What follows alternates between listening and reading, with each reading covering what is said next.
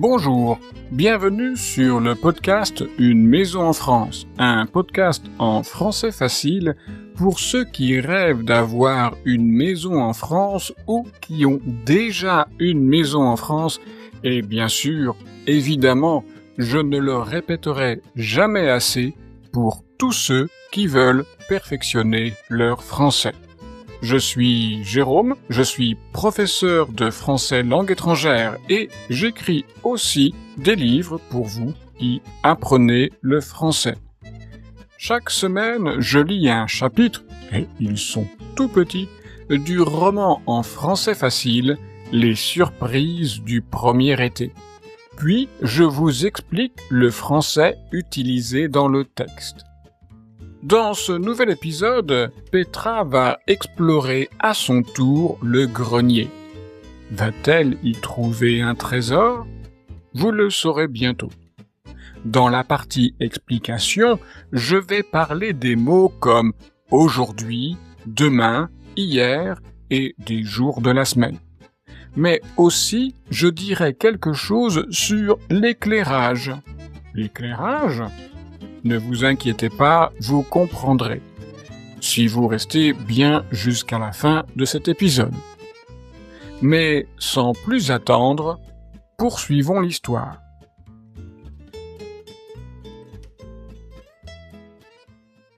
Aujourd'hui, c'est lundi.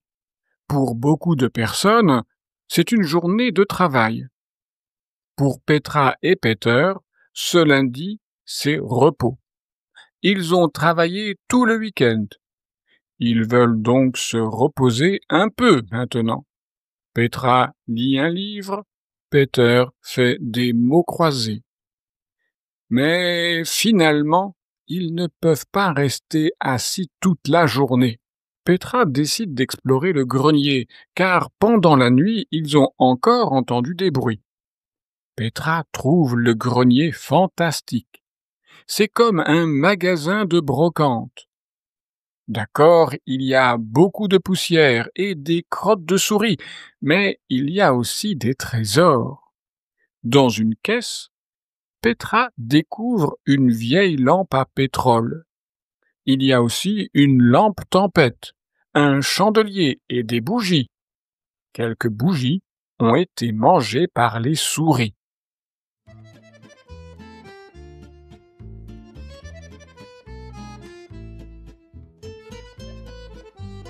Et vous? Que faites-vous quand vous ne travaillez pas? Est-ce que vous vous reposez dans un fauteuil? Oui, certainement. Mais est-ce que vous pouvez rester assis toute la journée dans votre fauteuil? Est-ce que vous passez votre journée à regarder la télévision? Ou est-ce que vous devez trouver une activité pour ne pas vous ennuyer? Petra et Peter, eux, ne peuvent pas rester longtemps assis dans un fauteuil. Ils ont besoin d'être occupés. Commençons les explications avec la première phrase du texte. Écoutez. Aujourd'hui, c'est lundi. Quand vous dites aujourd'hui, vous parlez bien sûr de maintenant, du jour que vous vivez en ce moment. Mais savez-vous comment on appelle le jour avant aujourd'hui? Oui, le jour avant aujourd'hui, c'est hier. Et comment appelle-t-on le jour après aujourd'hui? Eh bien, le jour après aujourd'hui, c'est demain. Donc, si aujourd'hui c'est lundi, lundi est considéré généralement comme le premier jour de la semaine, c'est le jour qui commence la semaine de travail. Donc si aujourd'hui c'est lundi, c'était quel jour hier? Si aujourd'hui c'est lundi, hier, oui, c'était dimanche. Et si aujourd'hui c'est lundi, alors quel jour ce sera demain? Demain, ce sera mardi. Nous avons déjà utilisé 3 jours de la semaine, dimanche, lundi, mardi. Donc, si aujourd'hui c'est lundi et que demain c'est mardi, vous savez sans doute le nom du jour qui suit. Après mardi, on a mercredi. Mais alors, si aujourd'hui c'est lundi, qu'est-ce que c'est mercredi par rapport à aujourd'hui? On dira que c'est après-demain, tout simplement. Inversement, si aujourd'hui c'est lundi et si hier c'était dimanche, comment appelle-t-on le jour avant dimanche? Oui, évidemment, c'est samedi. Alors, si aujourd'hui c'est lundi, qu'est-ce que c'est ce samedi par rapport à aujourd'hui? En français, on dit que c'est avant hier. Et on prononce ces deux petits mots en faisant une liaison. Et on dit avant-hier. Avant-hier. Donc, nous avons déjà samedi, dimanche, lundi, mardi et mercredi. Ça fait au total 5 jours.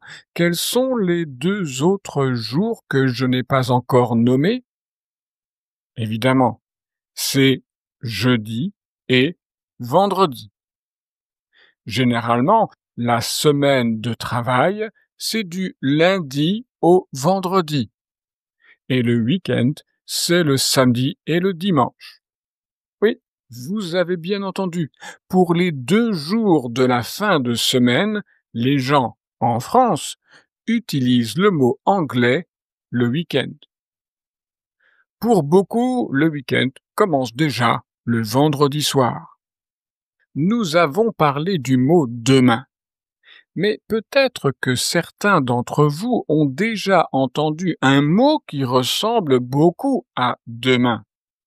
C'est le mot lendemain, avec son article le lendemain. Le lendemain, ça veut dire aussi le jour après. Mais attention, il s'agit alors du jour après un autre jour en général, dans le passé ou dans le futur. Mais ce n'est jamais le jour après aujourd'hui. Par exemple, le 31 décembre, c'est le dernier jour de l'année.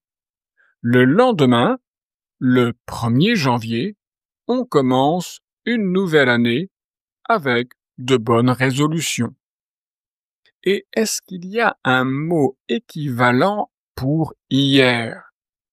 Oui, bien sûr. Donc, si hier, c'est le jour avant aujourd'hui, le mot pour le jour avant un autre jour en général, dans le passé ou dans le futur, c'est le mot veille, avec son article la veille. Attention à ne pas confondre la veille avec la vieille, avec un i en plus juste après le v. Dans par exemple la vieille dame, la vieille maison. On pourra dire par exemple la veille du déménagement, il rangeait encore ses affaires dans les cartons. Et donc, on veut dire que le jour juste avant le déménagement, il était encore en train d'emballer ses affaires dans des cartons. Maintenant, toute autre chose. Réécoutons le passage suivant. Je rappelle que Petra est en train d'explorer le grenier. Dans une caisse, Petra découvre une vieille lampe à pétrole. Il y a aussi une lampe tempête, un chandelier et des bougies. Quelques bougies ont été mangées par les souris. Vous avez compris qu'il est question dans ce passage de lampe. Une lampe est un système d'éclairage, c'est-à-dire un système pour avoir de la lumière, pour s'éclairer, pour voir clair. Donc, dans le texte, il y a une lampe à pétrole, une lampe tempête, un chandelier et des bougies. À votre avis, quel est le point commun de tous ces systèmes d'éclairage? Oui, ce sont des systèmes qui n'utilisent pas l'électricité pour fonctionner. La lampe à pétrole, c'est une antiquité, mais aussi la lampe tempête fonctionne avec un liquide inflammable, un liquide qui brûle et donne alors de la lumière. On pose des bougies sur un chandelier et les bougies donnent de la lumière. On utilise aussi de toutes petites bougies sur un gâteau d'anniversaire. Mais bon, lampe à pétrole ou bougie, ce sont des systèmes pour s'éclairer quand il n'y a pas ou plus d'électricité. Car évidemment, maintenant et depuis longtemps, on s'éclaire à l'électricité. Sauf s'il y a une coupure de courant. Ça veut dire que l'électricité n'arrive plus jusqu'à votre maison. Et alors, il est utile d'avoir quelques bougies en réserve. Une autre possibilité, c'est qu'il y a un problème technique dans votre maison. Et au moindre problème technique d'électricité chez vous, le disjoncteur coupe l'électricité.